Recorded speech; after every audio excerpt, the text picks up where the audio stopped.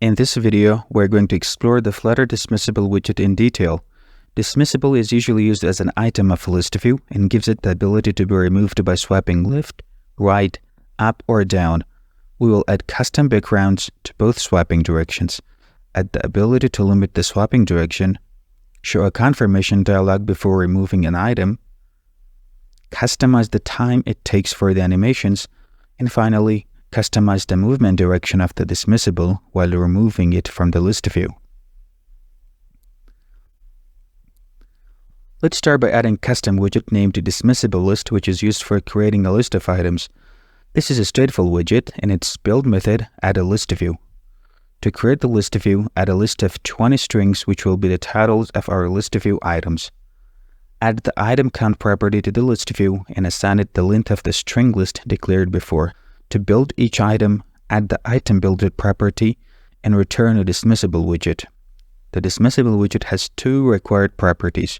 First, the key, which is necessary for the list view to detect which items are removed. Assign it with unique key. The second required property is the child. It can be any widget, but here we add a list style widget. For the title property of list style, assign a text widget with its text property extracted from the list in the top. For a subtitle, also add a text widget with some string. Wrap the list style with a card so each item has an elevation. Let's see what it looks like.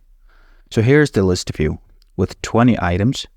Each item can be removed from the list by swiping left or right. We can further customize the dismissible widget. The background takes a widget that will be shown under each list item when swiped. It can be used to show users what will happen when the item is swiped. Add a container with a red color. It will show just a red background. We can also add an icon and align it to one side of the background, in this case to the center or left. So when the swipe from left to right is started, the user can see what exactly will happen, in this case, a delete action. What if we want to add a different background when the item is swiped from right to left? Add the second background property and assign it a container with different color and icon. This way, the background widget will be shown when swiped from left to right, and the second background widget will be shown when swiped from right to left. In left to right languages like English, and vice versa in right to left languages like Arabic. The direction property can be used to control the swipe direction. By default, it is horizontal, which means from left to right or from right to left. Add start to end as the direction value, and we can see it can be swiped just from left to right, not in other directions. We can also choose end to start to end, vertical, up or down as the direction value. A dismissible having a direction value of vertical, up or down is usually used inside a horizontal list view, so swapping the item up or down makes sense there. We'll see that in a minute. onDismissed takes a function that is called when the item is removed from the UI. By default, the item is just removed from the UI, not the actual list of strings we introduced at the top. To do that, implement the logic and onDismissed function. You can also add a snack bar to show a message to the user that an item is removed. confirmDismiss also takes a function and returns a boolean, specifically a feature of boolean. It is called just before the item is removed from the list. Here the user can be asked to confirm the removal. Usually a dialog with a title and two buttons is shown.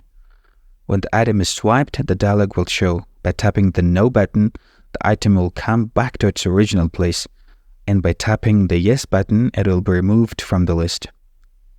dismissThreshold. By default, when the item is swiped 40% or more to the other direction, and then the finger is lifted from the screen, the item will be dismissed. This is the default behavior for all the swipe directions. This can be customized by adding a map of dismissed directions and specifying for each direction the percentage from 0 to 1 by which an item is recognized as dismissed. For example, we can add 0.7, which means 70%, for the left to right directions, and as a result, we have to swap the item 70% to the right until we can lift the finger and the item is removed from the list view. Movement duration is the amount of time it takes for an item to be removed from the list or come back to its original position when not removed. ResizeDuration is the amount of time it takes until the item is completely disappeared from the UI. CrossAxisEndOffset takes a double. A non-zero value makes the item also move in cross-axis when being swiped. A positive value moves the item underneath other items in the cross direction. On the other hand, a negative value moves the item on top of other items in the cross direction. Now let's see how dismissible works in a horizontal list view. For that, replace the dismissible list widget in the home page with a new custom widget called dismissible list horizontal. For this example, its code will be almost the same but simpler than the vertical list view for simplicity's sake. Again, start with a list of strings. Add a center widget to make the list view in the center of the screen. Add a size box with a height of 100, which will limit the height of each item in the list.